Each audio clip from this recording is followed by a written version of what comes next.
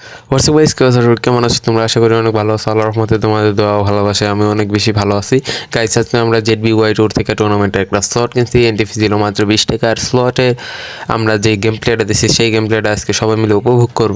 যেহেতু আমি কখনো টুর্নামেন্ট খেলি না, একবারে নতুন, তাই আমার এক্সপিরিয়েন্স নাই তেমন একটা। যেহেতু টুর্নামেন্টের চতুর্থ সাইডে সরাসরি, তো ওয়েট করতে থাই স্লটটা কিনে রাখছি। আমি কিন্তু 20 টাকাতে এন্ট্রি ফি কিনে রাখছি। এখন মানে স্লটটা কিনে রাখছি, এখন ওয়েট করি যে কখন টাইমটা হবে আর রুম আইডি পাসওয়ার্ড দিব। অলরাইট গাইস, এখন কিন্তু সময় হয়ে গেছে আর আমরা ZBY ট্যুরে ঢুকে পড়ছি। এখন তো password number team code password দেওয়ার কথা, চলো আমরা চেক করে দেখি। তো প্রথমত এখানে রুলসগুলো তোমরা ভালোভাবে পড়ে নিবা। আর এই পাশে রুম আইডি পাসওয়ার্ড, হ্যাঁ রুম আইডি পাসওয়ার্ড দিয়ে দিচ্ছে। চলো এখন গেমে চলে যাওয়া যাক। আর পাসওয়ার্ড ছিল মাত্র 1। মানে সবসময় সব ধরনের পাসওয়ার্ড দেয় না, কঠিন দেয় না, সহজ দেয় যাতে আমরা বুঝতে পারি সহজে। তো এখান থেকে আমি রুম আইডিটা দিয়ে দিলাম আর এই পাশে আমাদের পাসওয়ার্ডটা দেওয়া লাগবো। তো কিবোর্ড আসে না কেন ভাই? কিবোর্ড আসে না। আচ্ছা, এই যে কিবোর্ড এসে পড়ছে, আমি পাসওয়ার্ড 1 দিয়ে দিলাম। আর এই যে আমি ঢুকে বললাম কাস্টম রুমে। আর আমার স্লট নাম্বার হইলো 992। আসলে আমি আমার স্লটে এসে পড়ছি। এখন গাইজ গেম ঢুকে কথা হবে। অলরাইট গাইস, আমরা এখন গেমে আসছি। আর গেমের ভিতরে তোমরা অনেকে বলতে পারো ভাই স্ক্রিন রেকর্ডার না অন করে তুমি তারপরে গেমের ভিডিও ডাউনলোড করে তারপরে তুমি এইভাবে স্ক্রিন ভিডিও কল লাগান। ভাই আমার মোবাইল এমনিতে অনেক বেশি ল্যাগ দেয়, আর এই ভিতরে যদি স্ক্রিন রেকর্ডার অন করি তাহলে তো খেলার 12টা বাজে যাবো। তো প্রথম দিকে আমরা ম্যাচের শুরুতেই নেমে যাই আর নামিয়ে এমন পাশে, মানে প্রথম দিকে নামছিলাম কিন্তু এখানে কোনো ইনিমি আসছিল না। তারপরে হালকা পাতলা লুট করতেছিলাম। আমি একটা কার 90Z আর M590 খোঁজার চেষ্টা করতেছিলাম, যে কারণ এই দুইটা দিয়ে আমি মোটামুটি খেলি আর এই দুইটাই আমার পছন্দের একটা গান।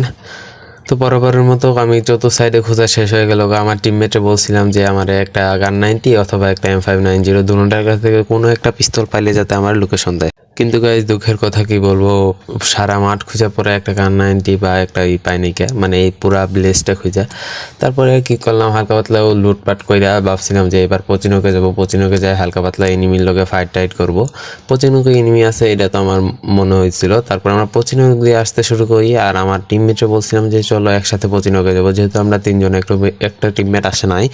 তো এই পাশে যা দেখা হয় তা দেখো, আমরা পুরোপুরিভাবে প্রস্তুত ছিলাম পচিনোকে ফাইট করার জন্য, কিন্তু পচিনোকে কোনো এনিমি নাই। হ্যাঁ, আবার ওই পাশ থেকে পিকে থেকে ডেঞ্জার জোন মারছে পিকে থেকে।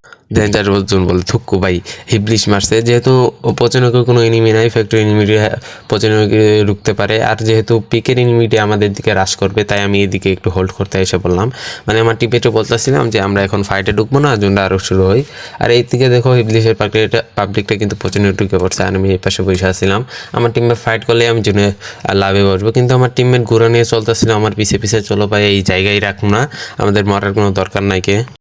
তারপর কি ভাই একটা মনস্টারটাক ফেলায় কোনো মতে ওই জায়গা থেকে বাইরে এসে পড়ি। আর সামনের দিকে আর্সেনাল আসছিল, ভাবছিলাম একটা কার 90 পামো। আর সামনে দেখে একটা ডপ, তো আমি ডপের দিকে যাইতেছিলাম যদি কিছু একটা পাওয়া জায়গা।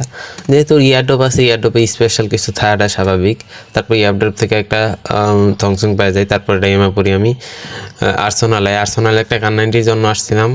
আর্সেনালটা একটা চিপ ছিল, আমি আর্সেনালটা খুলে নেই। আর্সেনাল পরে তো কার 90 পাইলাম একটা ফালতু গান, যেটা আমি চালাইতে পারি না। অনেকে হয়তো এটাতে ভালো চালায়।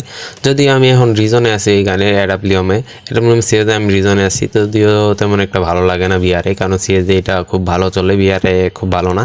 তো গাইস আমার টিমমেট কিন্তু সবটি ক্লিয়ার হয়ে গেছে। আর এখানে মোটেও আমাদের পজিশন ভালো ছিল না। আমি ভাবছিলাম যে এই দিকে একটু একজনের রিভাইভ দিয়ে তারপর লাভিয়ারে বমু, কিন্তু লাগ এই সাথে থাকে দেহ সামনের দিকে একটা এনিমি আমার দিকে ফায়ার দিয়ে যাচ্ছিল আর আমি বুকার মতো এখানে দাঁড়ায় আসছিলাম। তারপরে যা হয়, আমি কেবল স্কাইলারটা মাইরা তারকে ওয়ালটা ফাড়ায় স্নাইপার শট দিবে। এই টাইমে দেখো আমার ক্যারেক্টার বন্ধ করছে। ওইটা বড় বিষয় না, বড় বিষয় হলো এই পাশে যেই একটু নড়তে গেছি ওয়ান ট্যাপ মেরা দিছে। আজকে তো গাইস, আজকে ভিডিও এই পর্যন্তই ছিল। ভালো থাকবে, সুস্থ থাকবে আর আমার জন্য দোয়া করবে। Good bye.